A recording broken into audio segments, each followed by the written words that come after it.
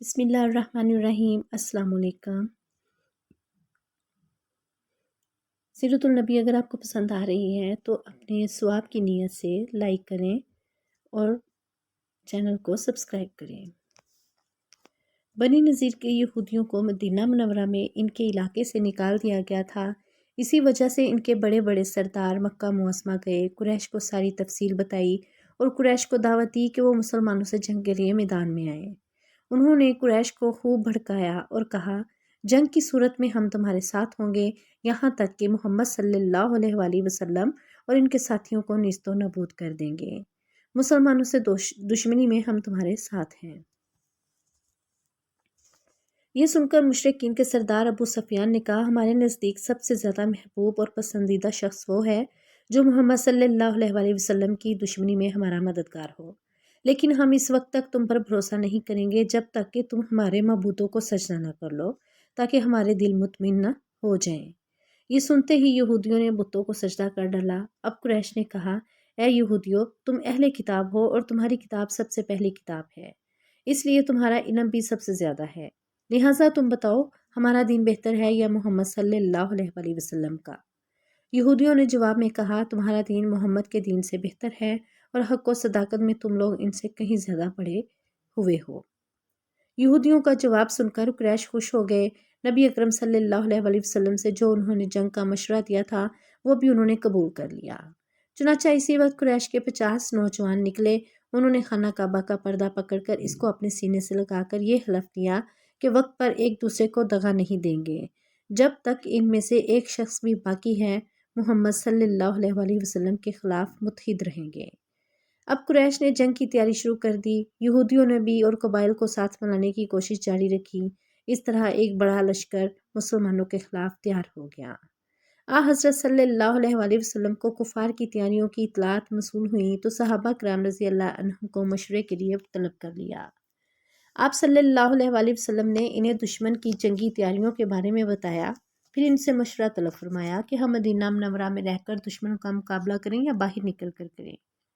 اس پر حضرت سلیمان فارسی رضی اللہ عنہ نے مشورہ دیا ہے اللہ کے رسول، اپنے ملک فارس میں جب ہمیں دشمن کا خوف ہوتا تھا تو شہر کے گرد خندق کھود دیا کرتے تھے۔ حضرت سلیمان فارسی رضی اللہ عنہ کا یہ مشورہ سبھی کو پسند آیا۔ چنانچہ مدینہ منورہ کے گرد خندق کھودنے کا کام شروع کر دیا۔ سب صحابہ کرام رضی اللہ عنہم نے خندق کی کھدائی میں حصہ لیا۔ خود حضور نبی کریم صلی اللہ علیہ وآلہ وسلم نے بھی خندق کھودی۔ خندق کی کھدائی کے دوران صحابہ کرام رضی اللہ عنہم کو بھوک نے ستایا۔ وہ زمانہ عام تنگ دستی کا تھا۔ کھدائی کے دوران ایک جگہ سخت پتھریلی زمین آ گئی۔ صحابہ کرام رضی اللہ عنہم اس جگہ کھدائی نہ کر سکے۔ آخر حضور صلی اللہ علیہ وآلہ وسلم کی خبر کی گئی۔ آپ صلی اللہ علیہ وآلہ وسلم نے کدال اپنے ہاتھ میں لی اور اس جگہ ماری۔ ایک ہی ضرب میں وہ پتھریلی زمین ریت کی طرح بھربھرا گئی۔ ضرب لگانے کے دوران روشنی کے جھماکے سے نظر آئے۔ صحابہ کرام رضی اللہ عنہم نے ان کے بارے میں پوچھا کہ یہ روشنی کے جھماکے کیسے تھے؟ تو آپ صلی اللہ علیہ وآلہ وسلم نے ارشاد فرمایا پہلے جھماکے میں اللہ تعالیٰ نے مجھے یمن کی فتح کی خبر دی ہے، دوسرے جھماکے کے ذریعے اللہ تعالیٰ نے مجھے شام اور مغرب پر غلبہ عطا فرمانے کی اطلاع دی، اور تیسرے جھماکے کے ذریعے اللہ تعالیٰ نے مشرق کی فتح مجھے دکھائی ہے۔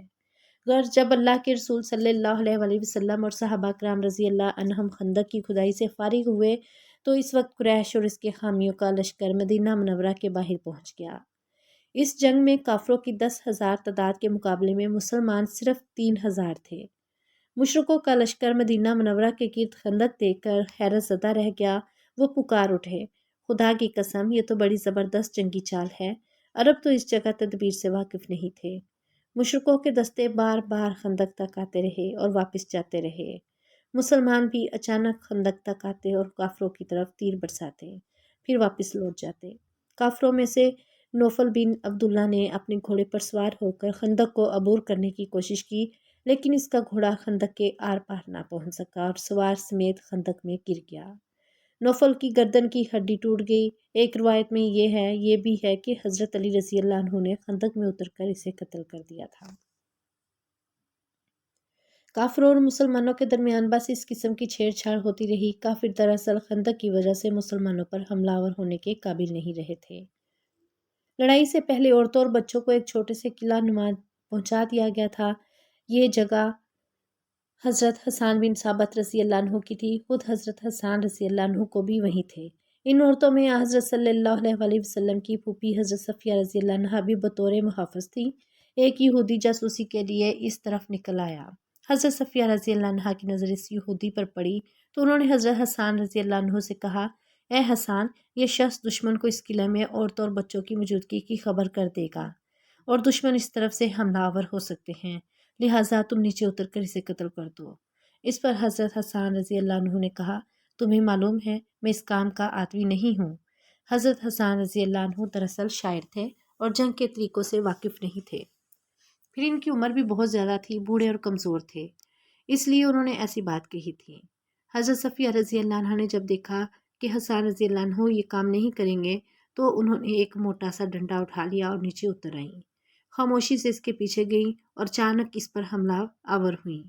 انہوں نے ڈنڈے کے کئی وار اس پر کیے یہاں تک کہ وہ ختم ہو گیا، پھر تلوار سے اس کا سر کاٹ کر ان یہودیوں کی طرف اچھال دیا جو اس کے پیچھے آ رہے تھے۔ وہ سب خوف زدہ ہو کر بھاگ نکلے۔ ادھر مشرکوں میں سے چند لوگ آگے بڑھے، انہوں نے خندق عبور کرنے کے لیے اپنے گھوڑوں کو دور لے جا کر خوب دوڑایا اور اس جگہ خندق کی چوڑائی کم تھی، اس جگہ سے لمبی چھلانگ لگا کر آخر خندق پار کرنے میں کامیاب ہو گئے۔ ان لوگوں میں عمرو بن عبد ود بھی تھا، وہ عرب کا مشہور پہلوان تھا۔ اس کے بارے میں مشہور تھا کہ وہ بہت بہادر ہے اور اکیلا 1000 آدمیوں کے لیے کافی ہے۔ خندق عبور کرتے ہی وہ للکارا، کون ہے جو میرے مقابلے میں آتا ہے؟ اس کی للکار سن کر حضرت علی رضی اللہ عنہ آ گئے۔ انہوں نے نبی کریم صلی اللہ علیہ وسلم سے عرض کیا، اللہ کے رسول، اس کے مقابلے پر میں جاؤں گا۔ آپ صلی اللہ علیہ وسلم نے ارشاد فرمایا، بیٹھ جاؤ، یہ عمرو بن عبد ود ہے۔ ادھر عمرو نے بھی پھر آواز دی۔ حضرت علی رضی اللہ عنہ پھر اٹھ کھڑے ہوئے۔ آپ صلی اللہ علیہ وسلم نے انہیں پھر بٹھا دیا۔ اس نے تیسری بار پھر مقابلے کے لیے آواز لگائی۔ آخر آپ صلی اللہ علیہ وسلم نے حضرت علی رضی اللہ عنہ کو اجازت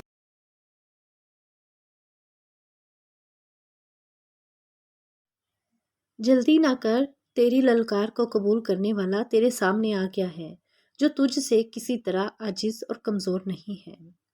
ایک روایت میں ہے کہ نبی کریم صلی اللہ علیہ وسلم نے حضرت علی رضی اللہ عنہ کو اپنی تلوار ذوالفقار عطا فرمائی، اپنا امامہ ان کے سر پر رکھا اور اللہ سے ان کی کامیابی کے لیے دعا کی۔ حضرت علی رضی اللہ عنہ نے مقابلے سے پہلے اس اسلام کی دعوت دی اور بولے، میں تمہیں اللہ اور اس کے رسول کی طرف بلاتا ہوں اور اسلام کی دعوت دیتا ہوں۔ اس نے انکار کیا اور کہا، بھتیجے، میں تمہیں قتل کرنا نہیں چاہتا، واپس لوٹ جاؤ۔ جواب میں حضرت علی رضی اللہ عنہ نے فرمایا، لیکن میں تو تمہیں قتل کرنا چاہتا ہوں۔ یہ سن کر عمرو بن عبد ود کا چہرہ غصے میں آ گیا، وہ اس وقت پوری طرح لوہے میں غرق تھا، چہرہ بھی خود میں چھپا ہوا تھا۔ وہ گھوڑے سے خود کود پڑا اور تلوار سونت کر ان کی طرف بڑھا۔ اس کی تلوار سے خود کو بچانے کے لیے حضرت علی رضی اللہ عنہ نے فوراً ڈھال آگے کر دی۔ عمرو کی تلوار ڈھال پر پڑی، ڈھال پھٹ گئی، تلوار حضرت علی رضی اللہ عنہ کی پیشانی تک پہنچ گئی، پیشانی پر زخم آ گیا۔